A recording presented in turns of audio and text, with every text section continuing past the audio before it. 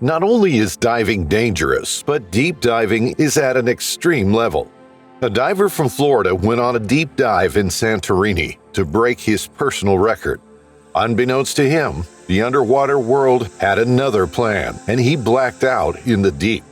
Would he make it out alive? Santorini, found in Greece, is the result of a massive volcanic explosion, one of the biggest ever. It used to be one giant island, but the explosion broke it apart, creating a really deep hole called a caldera that goes down 1,181 feet. This caldera is sort of surrounded by the islands of Santorini, Therasia, and a small one called Aspronisi. People love Santorini for how pretty it looks above water, but under the sea it's just as cool because of the volcano. If you're into diving, Santorini is awesome. You can check out the famous caldera, see old shipwrecks, and explore some really cool caves. It's a unique and exciting experience for all levels of divers. The dive spots in Santorini are still in good shape because regular scuba diving there only started about 10 years ago. Santorini is renowned for having some of the best diving experiences in the Mediterranean, mainly because of the incredibly clear waters and untouched underwater scenery that remains pristine throughout the year. The popular dive sites there not only showcase the natural beauty, but also unveil the volcanic history of the area. Heading to the south coast provides divers with an amazing opportunity to explore breathtaking caves beneath the water's surface.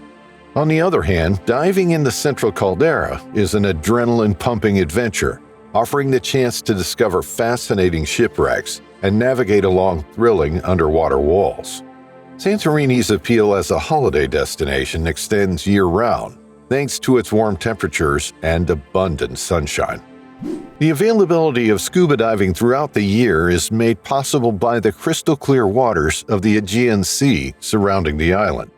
However, during the winter months, it's advisable to wear a thicker wetsuit to ensure warmth while enjoying the underwater wonders Santorini has to offer. Whether you're a seasoned diver or just starting, Santorini provides an unforgettable and accessible diving experience for enthusiasts of all levels. Joe Russell, a Florida native, was born in 1973 and found his passion for diving at the tender age of 12. His journey into the underwater realm began when a coach from his school's swimming team suggested scuba lessons, recognizing Joe's potential. By the time he turned 15, Joe had already become a certified scuba diver, kicking off a lifelong love affair with the deep blue. Throughout his teenage years, Joe explored the underwater wonders, not only around Florida, but also during family vacations. His fascination with the marine world led him to pursue a bachelor's degree in biology, immersing himself in the scientific understanding of life. Building on this foundation, he delved even deeper into his passion, earning a master's degree in marine biology just 2 years later. Joe's commitment to the underwater realm went beyond academics. His extensive personal collection of artifacts stands as a testament to his deep-rooted affection for the oceanic environment. Whether it was shells, corals, or other marine treasures, Joe cherished these artifacts as tangible reminders of his exploration and connection with the fascinating underwater world. He had this mindset that nothing was too hard to accomplish, and he was always determined to succeed. During his college days, he crossed paths with Max Stewart, and they hit it off immediately, becoming best friends. Both Joe and Max were super into diving, and they were well known in their community for their passion for exploring the underwater world. One summer morning near the stunning Greek island of Santorini, Joe geared up for his second attempt at deep diving, aiming to beat his personal records and capture some memorable underwater moments with his camera. Having completed his first deep dive the year before, he was determined to make this experience even more remarkable. Joe's close friend Max was no stranger to deep diving and took on the role of preparing Joe for this record-breaking adventure. The duo dedicated weeks to intense physical training, gearing up for the challenges that lay beneath the waves. Despite Joe's 6-month hiatus from diving and recent recovery from high blood pressure, they faced the situation head-on. Recognizing the need to overcome Joe's period of rustiness, They shifted focus to psychological and dietary enhancements. Positive diving affirmations became a daily ritual, boosting Joe's mental readiness for the upcoming dive.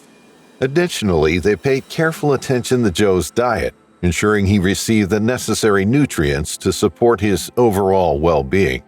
Hydration was a key concern, especially given Joe's blood pressure condition. Max and Joe worked together to ensure that Joe stayed adequately hydrated, a crucial aspect of maintaining health during a challenging deep dive. As the day of the dive got closer, Max couldn't contain his excitement.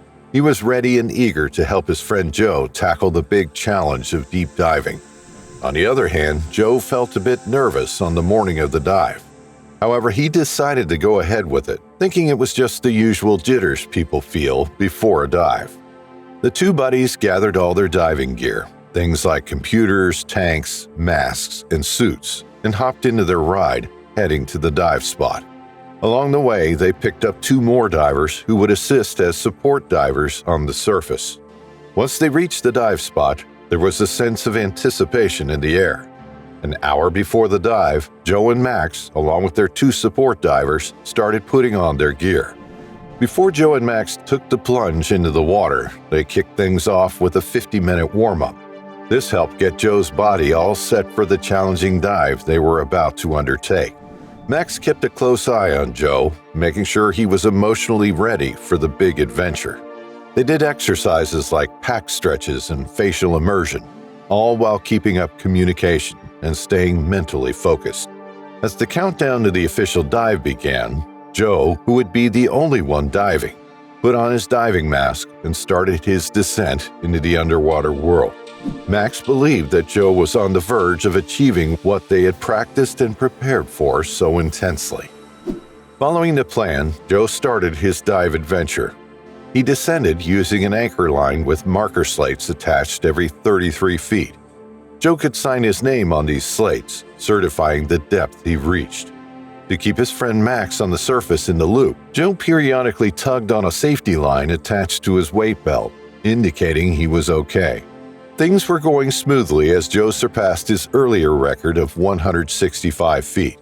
His ambitious target was to reach 210 feet. The first few minutes of the dive were uneventful, filled with excitement as he pushed past his own limits.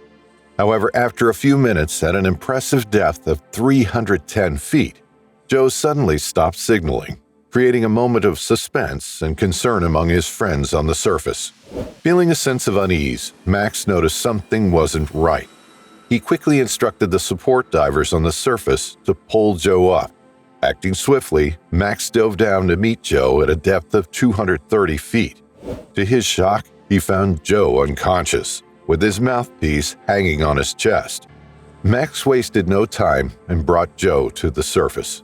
Desperate to help their friend, they continued their attempts to resuscitate Joe for hours. Realizing the severity of the situation, they called for an ambulance, which rushed him to the hospital. Unfortunately, despite their efforts, Joe couldn't be revived and was declared dead upon arrival. The sudden turn of events left Max and the others in shock, grappling with the loss of their friend in the midst of what was meant to be an exciting underwater adventure.